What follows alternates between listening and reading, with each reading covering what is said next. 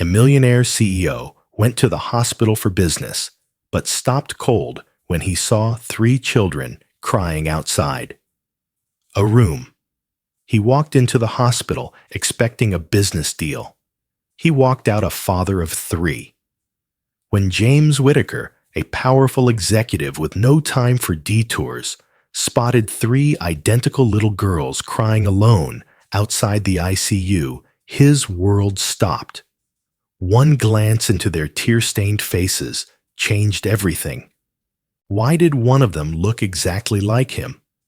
Who was their mother, and why had she kept this secret for years? What he uncovered in that hospital hallway would unravel a past he thought he'd buried and thrust him into the most unexpected life-altering chapter of his life. Stay until the end. This story only gets deeper. Before we begin the story, leave a comment below. Tell us where you're watching from, and subscribe to our channel so you don't miss our latest stories. Enjoy the story. James Whitaker was a man of precision. Every hour of his life was mapped with the clarity of a corporate budget. Every move made with the cold efficiency of someone who believed emotions were distractions, costly ones. He wasn't heartless. He just hadn't had time for anything that didn't yield returns. So when he walked through the revolving doors of St. Martin's Medical Center that morning in downtown Chicago, he didn't expect to feel anything. He was there for a meeting with the hospital board, ready to negotiate terms for a multi-million-dollar healthcare expansion project. He was dressed the part, sharp navy suit, gleaming. Watch the air of someone who didn't get caught off guard. His briefcase in one hand and a phone in the other. He stepped off the elevator and made his way down the corridor toward the executive conference room. But halfway down the hall, he stopped. There, just outside the ICU waiting area, stood 3 little girls. They couldn't have been more than 5 or 6. All 3 wore matching pale pink dresses, with white lace collars, and their golden hair hung in slightly tangled curls around their round, tear-streaked faces. They huddled close together, like baby birds on a stormy ledge, frightened alone and desperately clinging to the one familiar thing they had left each other. James would have walked past. He should have. This wasn't his business. But then the smallest one looked up at him, and it hit him like a punch to the chest. Her eyes were brown-wide and eerily familiar. Not just vaguely. No, these were his eyes. The shape, the color, the way they widened in uncertainty. It was like staring into a memory he didn't know he had. He froze. Something inside him twisted. In that instant, his meeting no longer mattered. He approached, slowly, unsure why he was doing it. Maybe it was curiosity. Maybe it was instinct. Or maybe somewhere deep inside the carefully buried parts of him, something had cracked wide open. "Hey," he said, gently crouching down to their eye level. "Are you girls okay? Did you get separated from someone?" The tallest of the 3 shook her head, her lip quivering. "Our mommy's in there," she whispered, pointing toward a door marked ICU room 412. "They won't let us see her." James looked toward the room, then back at them. "Is someone coming for you?" he asked. All 3 shook their heads. "There's no one else." The one hugging a worn stuffed bunny said, "Just Mommy." The weight of those words settled heavily on his chest. Just Mommy. No father, no aunt, no grandparent. And these girls were waiting alone in a sterile hallway, surrounded by machines and antiseptic for someone to come save them. But no one was coming. "What's your mom's name?" he asked, steadying his voice. "Olivia Harper." The smallest one said, "She got really sick yesterday. The doctor said it's her heart." James nearly staggered Olivia Harper. That name wasn't from some distant memory. It was a name he'd once said with affection. Olivia Liv had been part of his life years ago, before success had consumed every corner of his time. Before he'd learned to substitute connection for ambition, she'd vanished from his life, quietly, with no big fight or betrayal. Just a goodbye note and a silence he never understood. He had looked for her once, briefly, and then told himself it was better this way. Until now, James stood slowly glancing again at the ICU room door. A nurse walked by and he stopped her. "Excuse me, the children out here, Olivia Harper's daughters, have they been looked after?" The nurse sighed. "We're short-staffed. Social workers supposed to be here by now. Their mom came in late last night. We didn't have anyone else on record." That was all James needed to hear. Without thinking, he turned back to the girls and sat down on the floor beside them.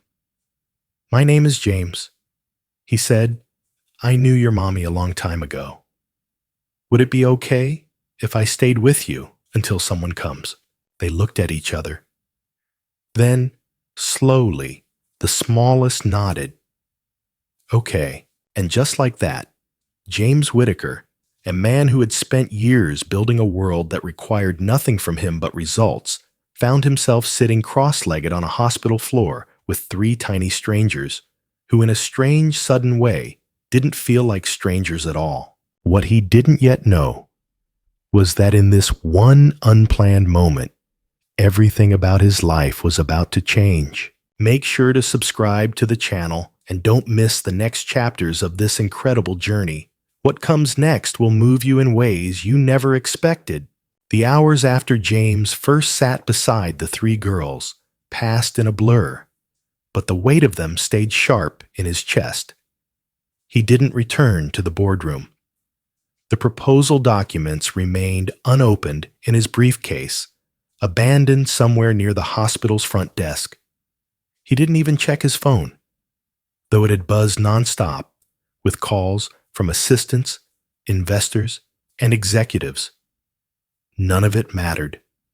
Not anymore. Because Olivia Harper, the woman he once loved and never forgot, was unconscious behind a glass door, and three girls with her eyes, and his sat quietly coloring in a waiting room with no one else in the world to stand for them.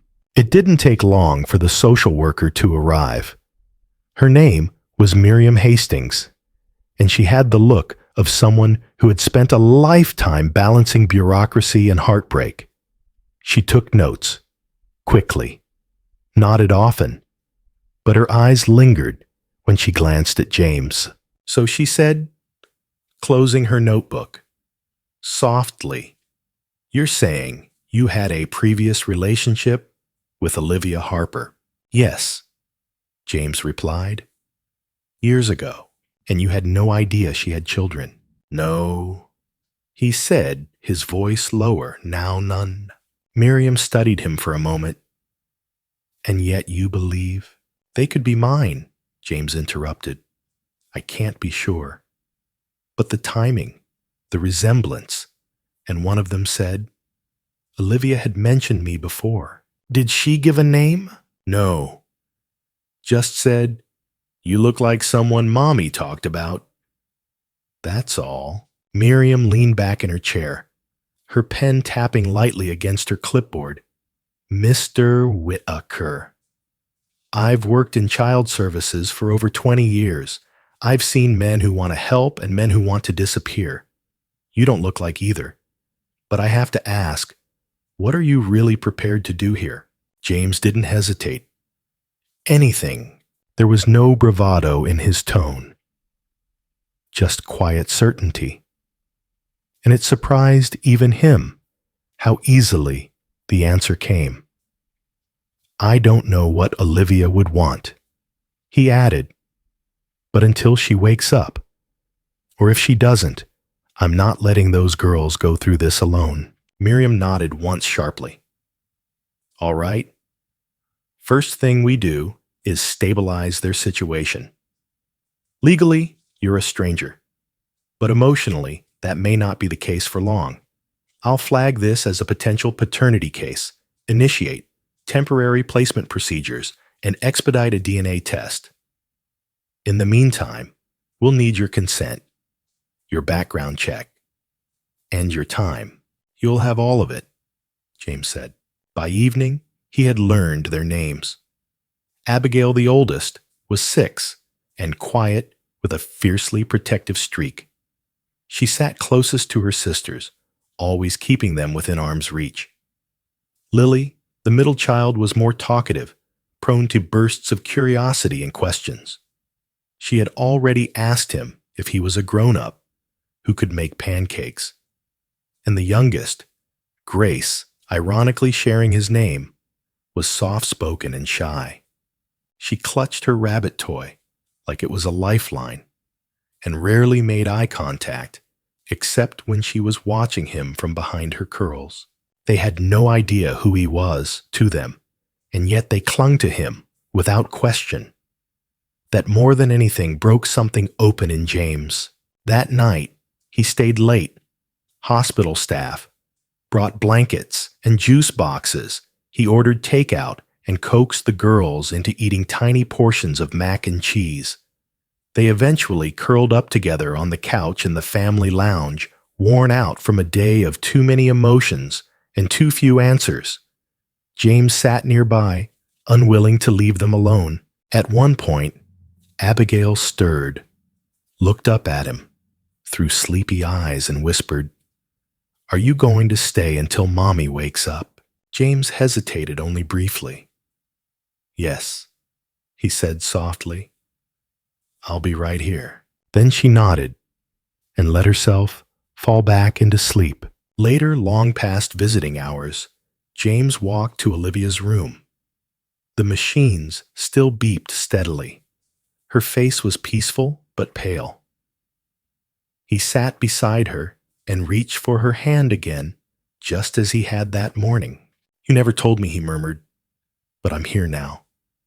I'll take care of them, I swear." And in that quiet room, surrounded by the hum of machines and the echo of promises, James Whitaker made the first real vow of his life, not to a corporation, not to shareholders, but to a woman in a coma, and the 3 girls who might just be his daughters. The following morning, James Whitaker arrived at the hospital before the sun had fully risen. The hallways were still and dim, echoing only with the soft shuffle of nurses changing shifts and the distant mechanical rhythm of ventilators. He paused outside the pediatric waiting room, where Abigail, Lily, and Grace had spent the night, nestled beneath a fleece blanket, their little forms tangled together like one living heartbeat. His chest ached at the sight. He had spent decades waking up to luxury penthouses, muted conference calls, and coffee brewed by personal assistants, but he had never felt the gravity of a moment the way he did now, standing quietly at the threshold of 3 sleeping children who had already rearranged his sense of purpose. He didn't wake them. Instead, he left a note with a nurse and walked to the ICU to sit beside Olivia's bed again. Her condition hadn't changed, but her presence still filled the room. He watched her chest rise and fall slow and even, and thought about the years that had slipped between them. Years where he'd assumed she had simply moved on, never suspecting the reasons might have been rooted in something as devastating and complex as this. As he sat beside her, James spoke softly, not about the company he had built or the deals he had brokered, but about the girls. "They all sleep curled up together," he said, voice low. "Abigail watches over them. She's serious, protective, like she's years older than she is. Lily asks about everything. She wants to know why the clouds move and if the moon follows the car. Grace barely speaks, but she clings to that rabbit like it's her whole world." He leaned forward, his hand gently brushing Olivia's, their incredible Olivia. You did something extraordinary, and I don't know if I deserve to be a part of it, but I want to try." That afternoon, the social worker, Miriam Hastings, returned with news. A temporary guardianship hearing was scheduled. DNA testing had been expedited. Olivia had listed no emergency contacts, no extended family, no father on the birth certificates. The system was prepared to intervene, and time was of the essence. James filled out forms, underwent background checks, and submitted to everything required. Every signature he scribbled felt less like paperwork and more like a vow etched in ink. He picked up the girls from the hospital later that day and brought them to his high-rise condo. The elevator ride was silent. At first, 3 small girls holding stuffed animals and wearing oversized coats, stepping into a world of glass, steel, and silence. The moment the doors opened to the penthouse, their eyes widened. Lily gasped. "This looks like the movies." Grace pressed her face to the windows overlooking the skyline. Abigail walked slowly, cautiously, as if afraid to disturb anything. James knelt beside them. "This is your home for now," he said gently. "You don't need to tiptoe." They took his words to heart almost immediately. Within an hour, his sleek, sterile space was transformed juice boxes on the marble counters, coloring books spread across the dining table, a trail of glitter on the hallway floor. He didn't mind. In fact, for the first time in years, the silence that had once defined his home was replaced with something more alive. That evening, James cooked for them. He burned the grilled cheese. Abigail tried to fix it. Lily asked if they could have ice cream. First, Grace fell asleep at the table clutching a rabbit.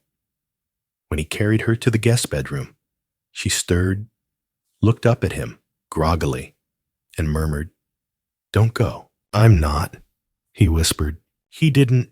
When the girls were finally asleep, Abigail and Lily snuggled in one bed, Grace in the other. James stepped into the living room, exhaled, and sat down. He stared at his phone, buzzing again with missed calls and reminders. His corporate life was waiting, and yet for the first time, he had no desire to return to it. Instead, he opened a browser and searched preschools near his building. Then he typed "how to talk to children about ICU" into the search bar and began reading. That night, James lay awake, not out of anxiety, but with the clarity of a man who had spent too long sleepwalking through ambition and was finally fully awake. And so, as the city lights blinked far below him, James Whitaker let go of the life he thought he needed and stepped further into the one that had unexpectedly found him. James adjusted quickly, though not without moments of doubt and mess. He was learning, and the girls, Abigail, Lily, and Grace, became both his greatest challenge and his clearest purpose. Each day began with organized chaos, mismatched socks, cereal on the floor, and endless questions from Lily that no textbook had prepared him for. Abigail tried to take on more than she should, often quiet and watchful, acting like a second mother to her sisters. Grace, still the most withdrawn, followed his every move with quiet eyes, as if she were trying to figure out where he fit in the fragile structure of their lives. Despite the disarray, something solid was building: routine, trust, familiarity. And love, though unspoken, was taking root in the smallest things, in the way James remembered to cut Lily's toast diagonally, how he let Grace carry her bunny everywhere, even into the grocery store, and how he always asked Abigail's opinion before making a decision. These were tiny pieces of a puzzle he hadn't even known he was solving. In the midst of this adjustment, he visited Olivia every morning without fail. She remained unconscious, but he spoke to her as if she were listening. Sometimes he read books aloud, stories the girls liked. Other times, he simply talked about their days. He told her about Abigail correcting his folding methods, how Lily had learned to tie her own shoes and insisted on showing everyone, and how Grace had finally spoken 2 full sentences at once. One day, as he finished telling Olivia about their attempt at homemade cookies, where the dough somehow ended up on the ceiling, her hand twitched slightly beneath his. It wasn't dramatic, just a small, trembling motion. But to James, it was everything. He called the nurse, who confirmed it. A possible neurological response. A glimmer of returning consciousness. James held her hand a little longer that day. And when he walked out of the ICU, his step felt a little lighter. Later that evening, James met with Miriam Hastings, the social worker. She had a manila folder in her hand and an unreadable expression on her face. The DNA test came back. She said, "You are their biological father." He exhaled slowly, his face unreadable, but his shoulders visibly releasing a weight. I knew he said simply, "But thank you." "What you're doing," James Miriam added. "It's not just admirable, it's rare." "I'm not trying to be admirable," he replied. "I'm just trying to be there." Finally, with confirmation of paternity, the next step was establishing temporary legal guardianship. Miriam outlined the procedures, the home study, the interviews, the paperwork. James nodded through it all, his mind already adjusting to the new level of responsibility. This wasn't a gesture. This was commitment. He began researching preschools with music programs because Lily had taken to singing around the house. He asked Grace if she wanted to try drawing classes. Abigail wanted books, so they made weekly trips to the library. Slowly, his sleek penthouse evolved. Toys spilled from baskets. Art projects were taped on the refrigerator. The air always smelled of peanut butter, laundry soap, and the faintest trace of childhood. One night after the girls had gone to sleep, James sat on the couch with his laptop open and a glass of water in his hand. His inbox was flooded with business inquiries, but he found himself opening a new document instead. He titled it simply, "Things They Teach Me." The list began: 1. Lily believes clouds follow cars. 2. Abigail knows how to tie a trash bag better than I do. 3. Grace doesn't talk much, but she hums when she's happy. The list went on, and every line felt like an anchor tying him to something real. When Miriam visited for the home evaluation, she noted the changes. The girls smiled when he entered the room. Grace reached for his hand without hesitation. Lily insisted he show Miriam the painting she had made of their new family stick figures under a rainbow, everyone holding hands. "You're doing more than stepping up," Miriam said. "You're becoming their safe place." James didn't respond with words. He didn't have to. Everything in his eyes said it already.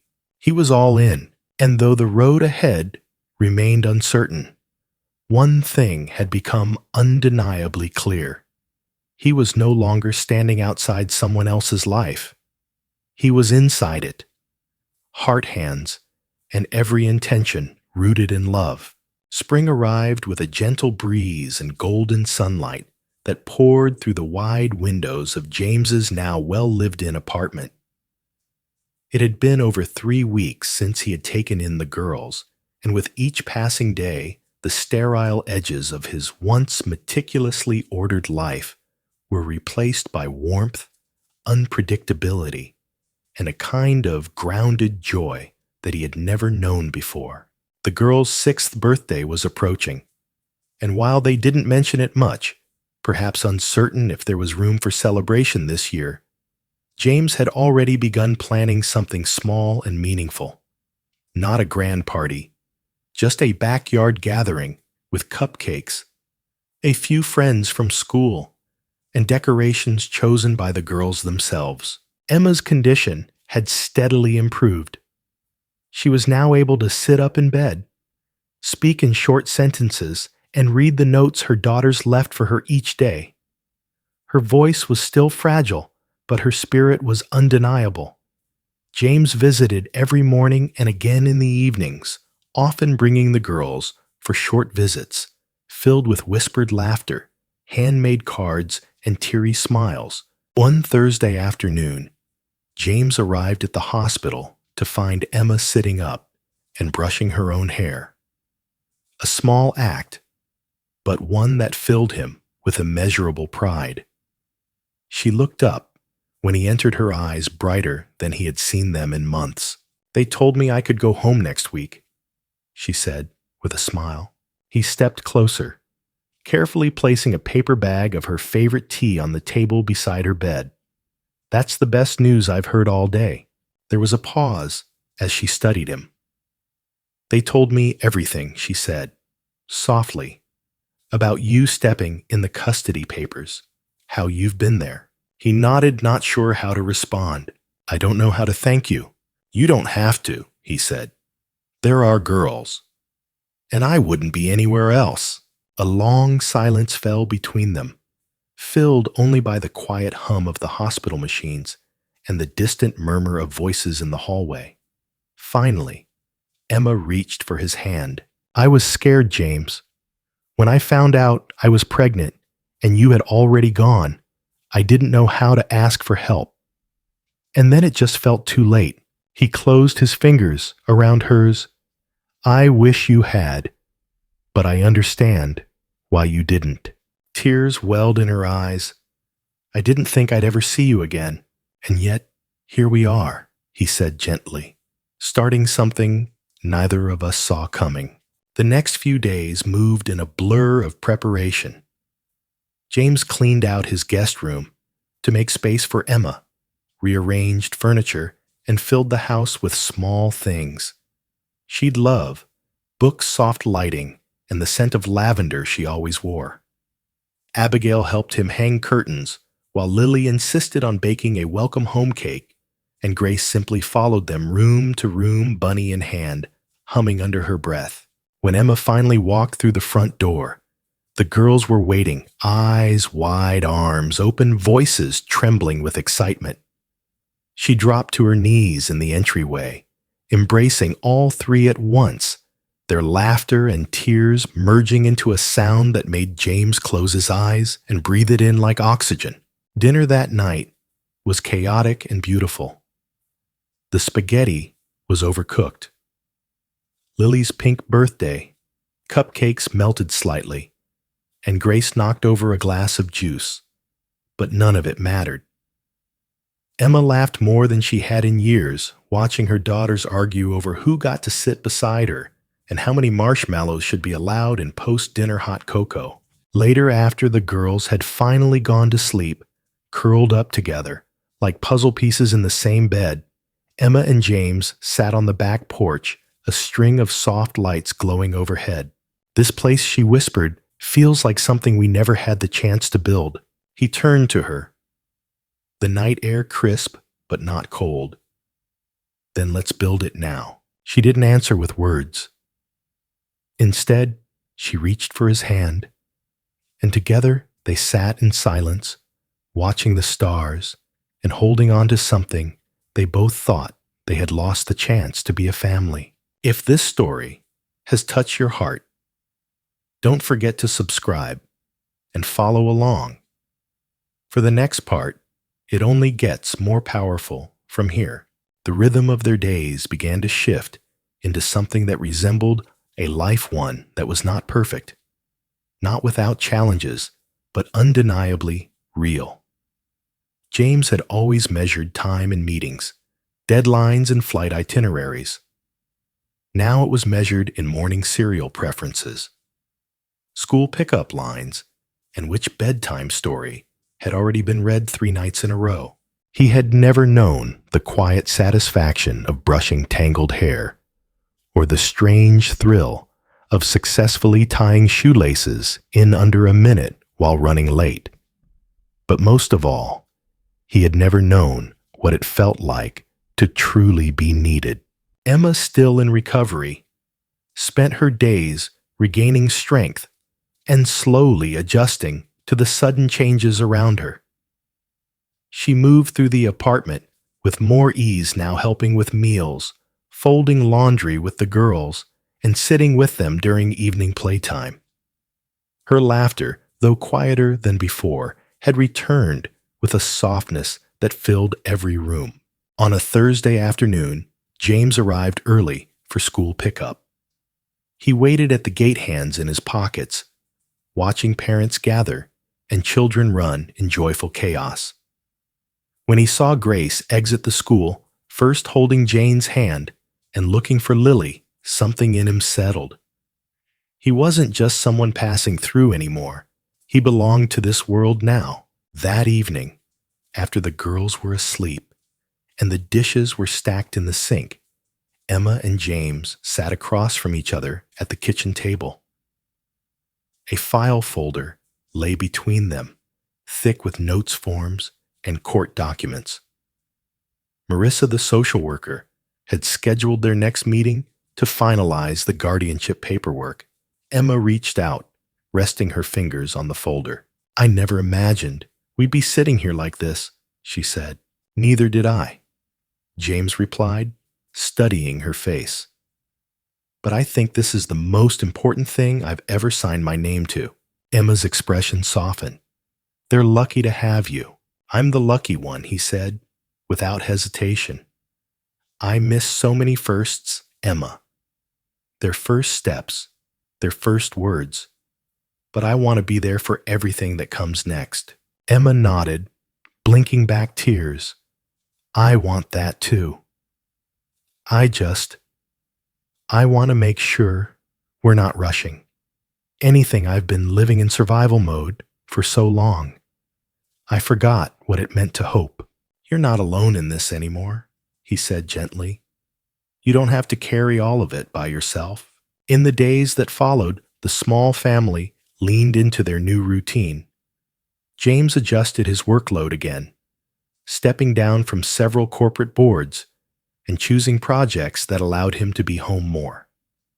His colleagues were surprised, even skeptical, but he had stopped caring about the optics. His priorities had changed, and there was no going back. One Saturday morning, the apartment was filled with the scent of pancakes and syrup. The girls were seated at the counter arguing over whose turn it was to stir the batter, while James fumbled with a spatula and Emma laughed from the other side of the kitchen. The scene was loud, chaotic, and absolutely beautiful. Later that afternoon, they took a walk through Central Park. The girls ran ahead, chasing bubbles and feeding ducks, while James and Emma trailed behind on the path. She glanced sideways at him, eyes thoughtful. "Do you ever think about what would have happened if we hadn't met again like this?" "I try not to," he said honestly, "because every version of that story leads to me missing out on all of this." She smiled. "I like this version." He looked out across the park, the sunlight casting a soft glow over everything. "So do I." That evening, back at home, Grace presented a drawing she had made in school. It was a picture of a house with 5 figures holding hands. Over the top, in bold letters, she had written, "Our real family." Emma stood with the picture in her hands, tears filling her eyes. James knelt beside her and looked up at their daughters, their arms wrapped around each other as if they'd never known a time apart. This wasn't the life either of them had planned. It was better, messy, unexpected healing. They weren't just surviving anymore. They were living together. The morning sun streamed through the windows, bathing the small apartment in a soft, golden light. It was a quiet Sunday, the kind that crept in gently and offered stillness before the week began again. Emma stood in the kitchen, her fingers curled around a warm mug of tea, watching the world outside slowly wake. Behind her, the sound of James helping Lily tie her shoes, and Grace showing Jane how to braid her doll's hair filled the space with life. In that moment, everything felt impossibly full of motion, of warmth, of meaning. It had only been a few months since the day at the hospital, but in some ways, it felt like a lifetime had passed. Emma still caught herself waiting for the moment when the dream would fade. But each day that came proved more real than the one before. Later that afternoon, they drove upstate to a small community gathering organized by the Hospital Foundation. James had been invited to speak, not as a corporate leader, but as a father, a caregiver, and a man who had seen his life upended and rebuilt from the inside out. He had hesitated when first asked. Public speaking had once been second nature, but this felt different. This was personal. The event was held at a local garden center, transformed into a quiet celebration of healing and resilience. Families, mingled children, ran between flower beds, and soft music played from speakers nestled in the trees. When James took the small stage, the girls sat in the front row, legs swinging from wooden benches, eyes locked on him. Emma stood nearby, her expression unreadable but proud. James cleared his throat and looked out over the crowd. A few months ago, he began.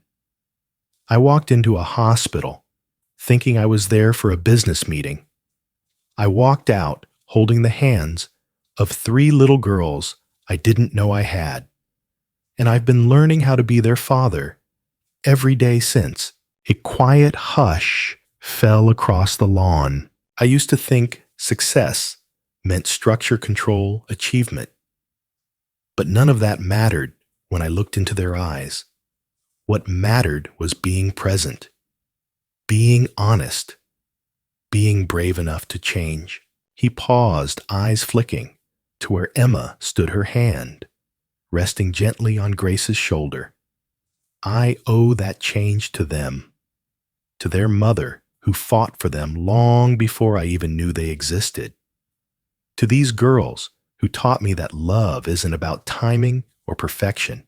It's about showing up every single day. Applause followed, soft but heartfelt.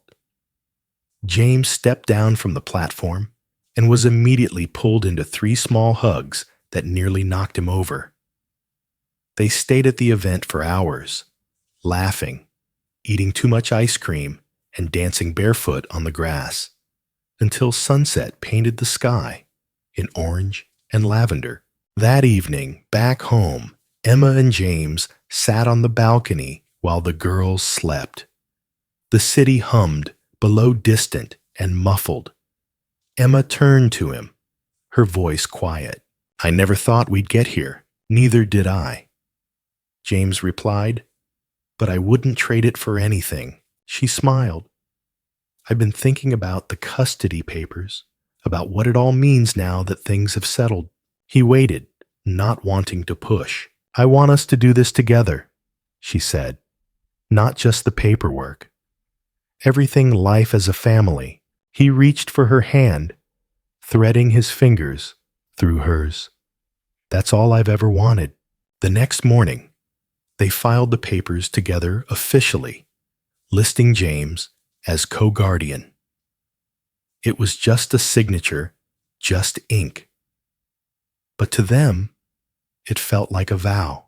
Weeks later, the girls' school hosted a family day. Each child had to bring someone to represent their home.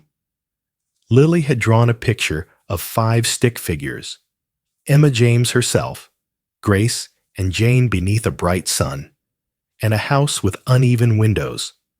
The caption read, "This is my forever." And when the teacher asked who was in the picture, Lily stood tall and said, "This is my family. It used to be just Mommy, but now it's all of us, because we found each other." That night, after the lights were out, and the apartment was quiet, James sat beside Emma on the couch. The walls were filled with new drawings, fridge magnets, and laughter that echoed even in silence. He looked at her, at the home they had built from broken pieces, and whispered, "We didn't find each other by chance. We were always meant to be this." Emma leaned into him, her eyes closing slowly. "We were just waiting for the right time." And now finally, that time had come. In the story of James Whitaker and the three little girls, Lila, Grace, and Rosie, what began as a routine business trip became the most profound turning point of his life. James, once a man driven by structure, ambition, and deadlines, was completely unprepared for the emotional whirlwind that would unfold in a hospital corridor. That day, he encountered three scared and lonely children, dressed alike, crying outside the ICU, and one of them looked at him with eyes he could not deny were his own.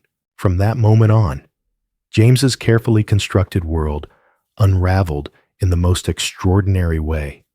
What started as a flicker of compassion turned into a fierce sense of responsibility, then into love, deep, unconditional love, not only for the children, but for Emma, the woman he had once loved and lost. Discovering he was their father shattered every illusion he had about what mattered in life. And instead of running, he stayed. He showed up. Day after day, he chose them through chaos, uncertainty, and the slow, painful waiting for Emma to recover. James didn't become a father overnight.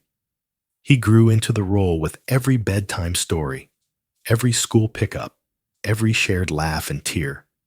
He transformed a cold, silent apartment into a warm home filled with joy, noise, and life. And when Emma finally woke up, their reunion was not about rekindling a romance, but about building a new foundation, a true partnership rooted in trust, forgiveness, and a mutual commitment to their daughters. The story of James, Emma, and the girls is a reminder that family isn't always planned. Sometimes it finds you. Sometimes it asks you to put aside pride, fear, or the life you thought you wanted, and to make space for something infinitely more meaningful. It's also a powerful reflection of how healing happens, not in grand gestures, but in everyday presence, in braiding messy hair, learning bedtime rituals, and showing up, even when it's hard. So what can we take away from this story? That love isn't always loud. Sometimes it's quiet and patient. That second chances don't always come wrapped in perfection. But when they do come, they're worth fighting for. And that the most unexpected detours in life often lead us exactly where we were always meant to be. What about you? Have you ever experienced a moment that completely changed the direction of your life? Something unexpected that became a blessing in disguise? Share your story or thoughts in the comments below. We'd love to hear how this story resonated with you, and if you found this journey touching, inspiring, or just worth remembering, make sure to subscribe to the channel and stay tuned for more powerful stories that will move your heart and lift your spirit.